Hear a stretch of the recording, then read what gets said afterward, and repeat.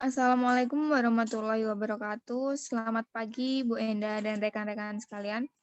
Di sini kelompok 9 yang beranggotakan saya sendiri, Sally Dewi Ristanti, Vina Ayu Lestari, dan Liliani Arum Permata, izin mempresentasikan mengenai analisis efektivitas katalis FE atau zeolit pada cracking minyak jelantah dalam pembuatan biofuel.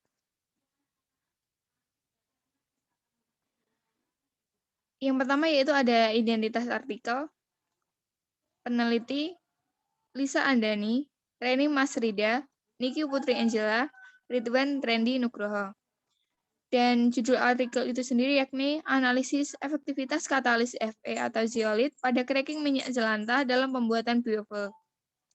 Dengan nama jurnal Journal of Science Education pada tahun 2020 dan memiliki volume 4 dan nomor 1. Selanjutnya yaitu ada pendahuluan. Biofuel merupakan energi alternatif yang potensial untuk dikembangkan di Indonesia.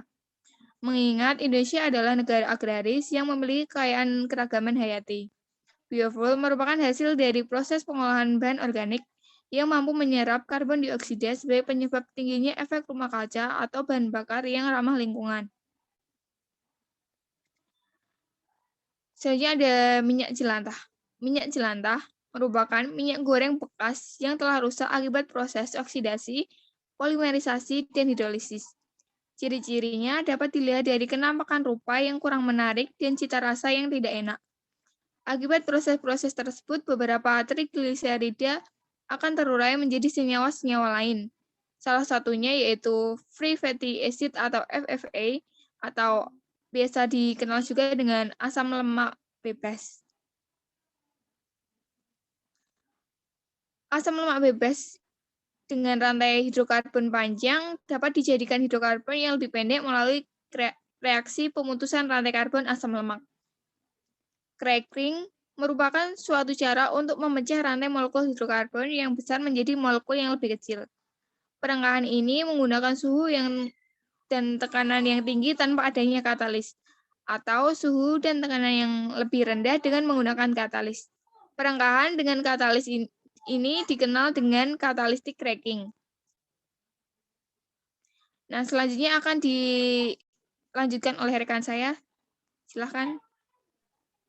Ya, yang selanjutnya yaitu metode untuk alat yang digunakan yaitu satu set reaktor catalytic cracking, kemudian gas kromatografi mass spektroskopi atau GCMS Agilent Technologies 5973 inert, kemudian hidrometer DJ1 Standard Specific Gravity Meter Small Misumi, kemudian termometer dan peralatan gelas.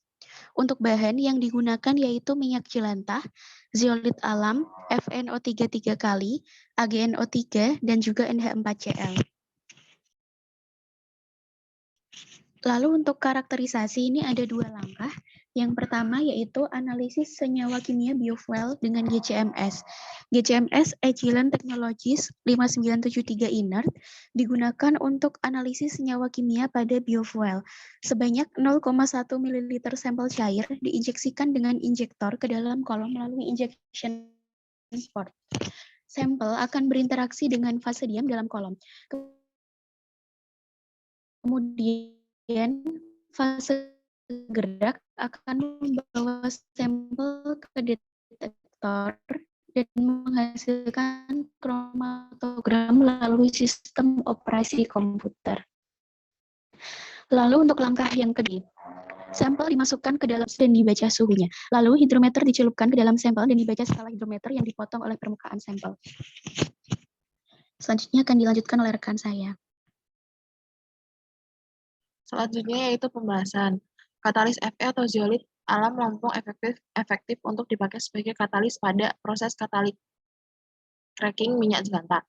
Kondisi optimum proses katalik cracking minyak jelantah menggunakan katalis Fe atau zeolit ini pada konsentrasi katalis 3%, ukuran katalis 60 mesh, dan suhu reaksi 350 derajat Celcius. Produk yang dihasilkan adalah gasolin atau bensin dilihat dari hasil pengujian spesifik gravity menggunakan sampel optimal atau konsentrasi katalis 3%, yaitu sebesar 0,8241 yang menurut ASTM D 4052 termasuk dalam kategori minyak ringan. Pada pengujian analisis GCMS dapat dilihat bahwa senyawa yang mendominasi kandungan biofuel merupakan senyawa C5C11 sebanyak 72,4% dan senyawa C112-C15 sebanyak 24,1%, dengan puncak tertinggi C6 yakni sebanyak 17,2%, kemudian senyawa C8 yakni sebanyak 13,7%. Selanjutnya akan dilanjutkan oleh moderator. Baik, sekian presentasi dari kelompok 9. Kurang dan lebihnya mohon maaf. Wassalamualaikum warahmatullahi wabarakatuh.